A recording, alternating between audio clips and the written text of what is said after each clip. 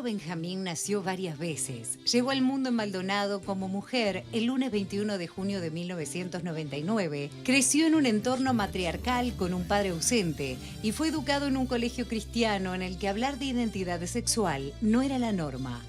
Durante la adolescencia se dio cuenta de que no encajaba en ninguno de los estereotipos de género binarios. Se supuso lesbiana en un primer momento hasta que finalmente se percibió trans, siendo un hombre al que le atraen los hombres, aunque tenga órganos femeninos, algo que a algunos les cuesta entender y que no fue nada fácil comprender para él mismo. Curiosamente, el primero en aceptarlo como Benjamín fue un profesor de ciencias biológicas, quien al hacerlo le demostró implícitamente que no importa lo que la biología diga, si la cabeza y el corazón sienten algo diferente.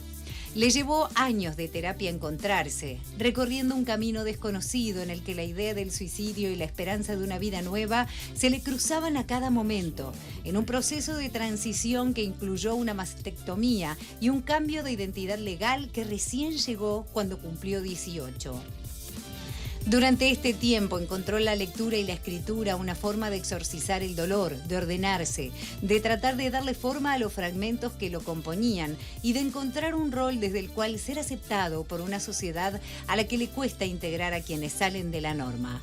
A los 19 se mudó a Montevideo, comenzó a estudiar psicología y un par de años después escribió de un tirón y en 15 días Fragmentado, crónica de un traba anunciado, su primera novela de autoficción, un estilo que recién supo que existía cuando el libro ya estaba en la imprenta. Fragmentado no cae en la generalización de contar lo que se supone que le pasa a todas las personas trans. Es la historia casi verdadera de alguien que sin tener que matarse pudo nacer varias veces hasta lograr una identidad propia y única. La literatura ayudó a Ciro Benjamín a encontrarse siendo lo que no se suponía, a descubrir una identidad que no está en libros ni en la cédula y que lo acerca un poco más a la felicidad, aunque sepa que ésta se encuentra en cosas tan sencillas como escuchar las historias de su abuela, ver a su perra corriendo en la playa o disfrutar el solcito de los sábados de mañana.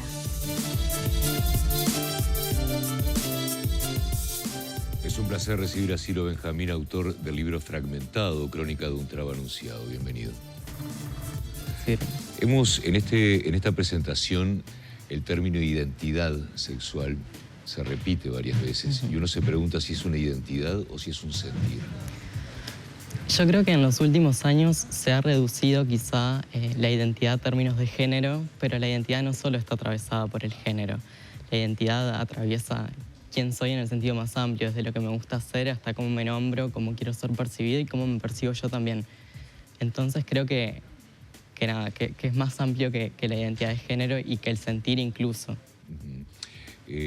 Uno piensa que para una persona que vivió y vive la vida que vivís vos, muchas veces el esperar es parte de, ¿no? Y a veces no es lo mismo que esperar a que te llamen en una mutualista, no es lo mismo que esperar a que uno lo llamen en la cola de algo. Es una espera muy particular, ¿no? Sí, la espera quizá por la validación, que digo, no es que sea lo más importante la validación externa, pero también hacia nuestra identidad en cuanto a la facilidad quizá de desenvolvernos en un lugar donde somos bien recibidos o somos aceptados y validados o no. ¿Cuánto acompaña el escribir estos fragmentos durante tu vida? ¿Cuánto se exorciza también? Porque generalmente nuestro derredor, o quizás hasta nuestro entorno más íntimo, afectivo, es el que primero nos condena muchas veces por quienes somos, porque a veces se confunde el querer ser con el ser. Totalmente. Bueno, sí, hoy entiendo Fragmentado, un poco como entiendo la literatura en general y el arte, como algo que viene a socorrer y hacer posible un enunciamiento que en otro lugar no es posible, ¿no?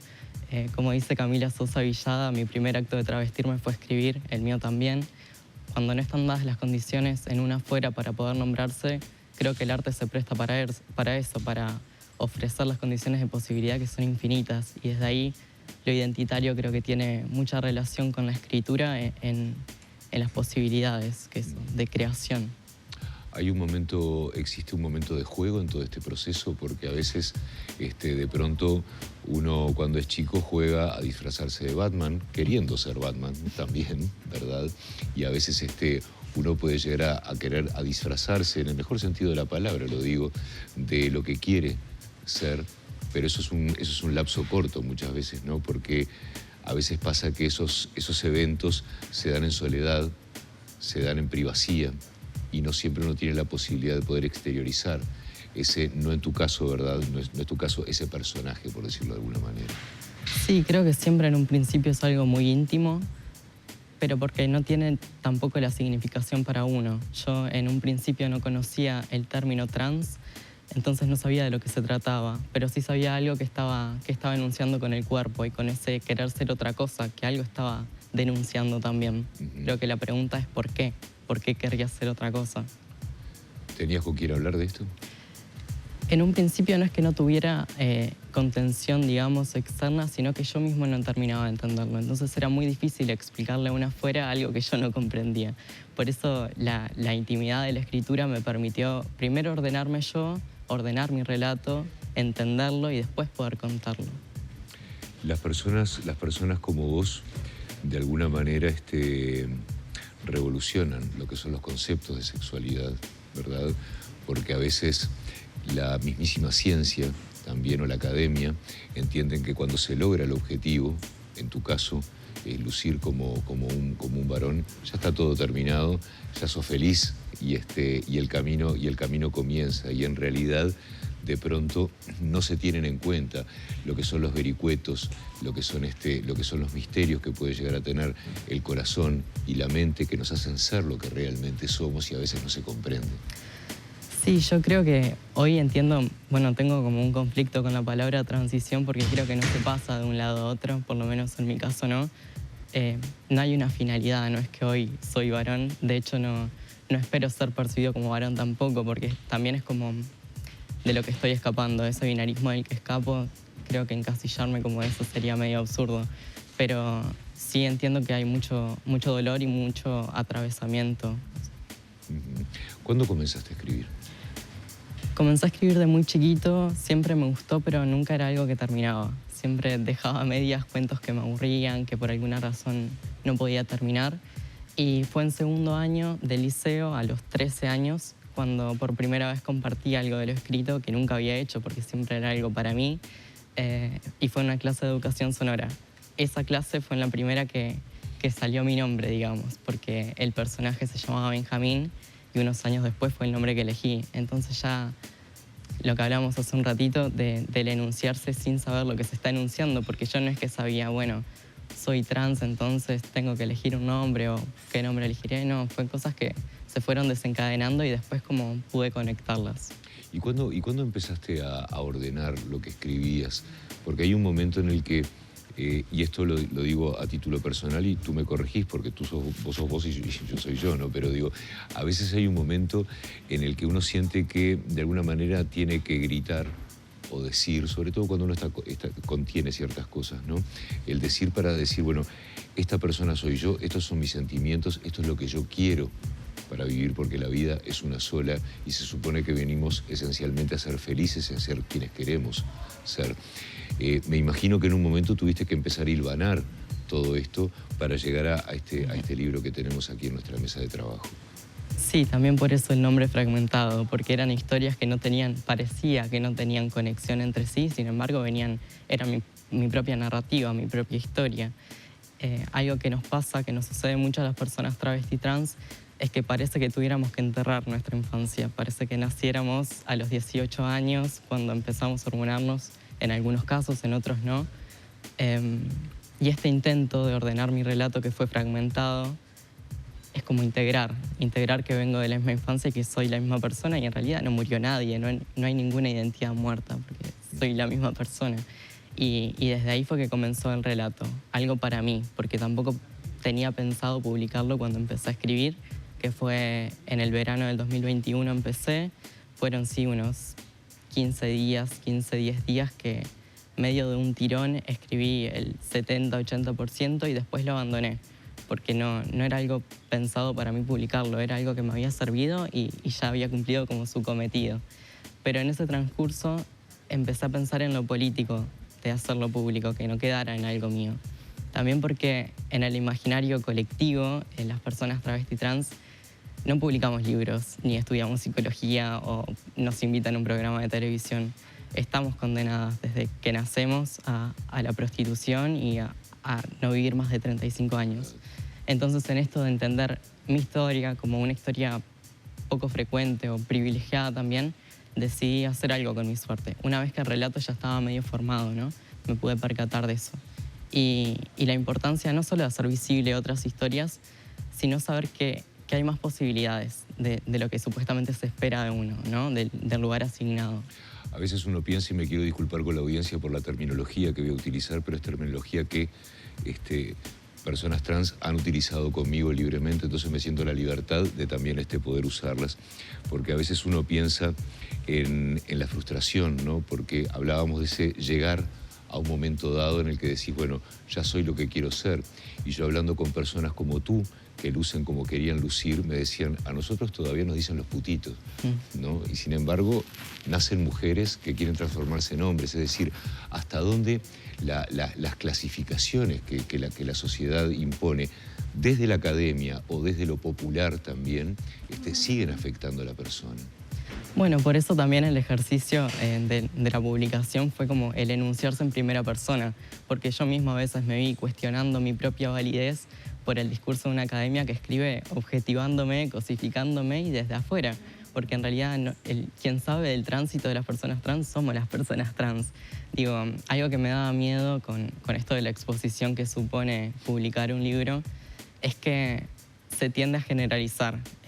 Bueno, entonces las personas trans no eran de esta forma y son de esta que estoy contando. Y en verdad no, yo cuento mi historia, pero no soy el general de nadie. Creo que es importante que cada persona trans pueda nombrarse como quiera y como desee hacerlo. Y es maravilloso pensar, más allá de todas las, voy a decirlo de forma liviana, de las inconveniencias, cuántas historias hay en cada persona que tiene la necesidad de escribir, o quizás hasta sintió la obligación de escribir, porque vos me parece que sentiste las dos cosas de alguna manera, ¿no? ¿Cómo podríamos definir este libro? Creo que en términos más formales lo definiría como una autoficción, porque la autoficción de lo que habla es de un pacto de ambigüedad donde se conjugan aspectos biográficos y aspectos ficcionales. Pero el lector y el autor hacen un acuerdo donde en realidad no es relevante descifrar qué es lo real y qué no. A mí cuando me preguntan si lo que cuento es verdad, yo contesto que depende a quién le preguntes, porque mi historia está atravesada por un montón de personas que lo vivieron de una forma diferente y eso no lo hace menos real, ni más real tampoco lo que yo cuento. Entonces creo que el entenderlo desde ahí también me separa en el sentido de que no es importante que sea mi historia, sino que es una historia. ¿Qué pasaría, Ciro, si mañana alguien te reconociera en la calle como el escritor de este libro? Porque de alguna manera una persona que se pone el sello que tú te pusiste, ya por el solo hecho de publicar este libro con estas características, se puede llegar a transformar o bien en el blanco de un ataque o bien también en un referente que puede llegar a brindar este bienestar y paz a otra persona. Me ha pasado que me han reconocido, me han hablado sobre todo por redes. Creo que las personas trans siempre estamos en un lugar medio público porque interpelamos mucho lo que tiene que ver con la identidad, pero está bueno saber que hay un lugar, que hay un espacio y no me siento referente, pero sí está buenísimo poder generar como el lugar de que si alguien necesita una mano y puedo hacerlo, estar ahí como... A nivel literario, me imagino que Fragmentado es el título y Crónica de un Traba Anunciado se vendría como una especie de subtítulo o debe tener también algún nombre más técnico. Y a veces uno se pregunta como de pronto desde lugares de autoridad moral nos enseñan o pretenden enseñarnos a hablar a la hora de referirnos a otra persona y tú utilizas un término que nos lo tienen señalado como despectivo, que es el término traba. ¿Por qué? Sí. Bueno, en realidad el subtítulo, bien decías, Crónica de un Traba Anunciado, es un poco un juego de palabras con García Márquez en Crónica de una Muerte Anunciada. Decidí cambiar muerte por traba porque creo que la muerte está muy presente en el relato, pero se cambia por lo traba. Y lo traba también puede ser bello y puede ser vida. Y la pregunta sería ¿por qué no trans? ¿Y por qué traba? ¿Por qué nombrarlo así de una forma que pareciera ser tan despectiva o que comúnmente es despectiva? Y Susy Shock, quien fue un artista que admiro muchísimo, es un artista que admiro muchísimo, pero quien fue que escribió la contratapa del libro, ella explica que ella usa la palabra travesti, no usa la palabra trans. Habla de la comunidad travesti trans.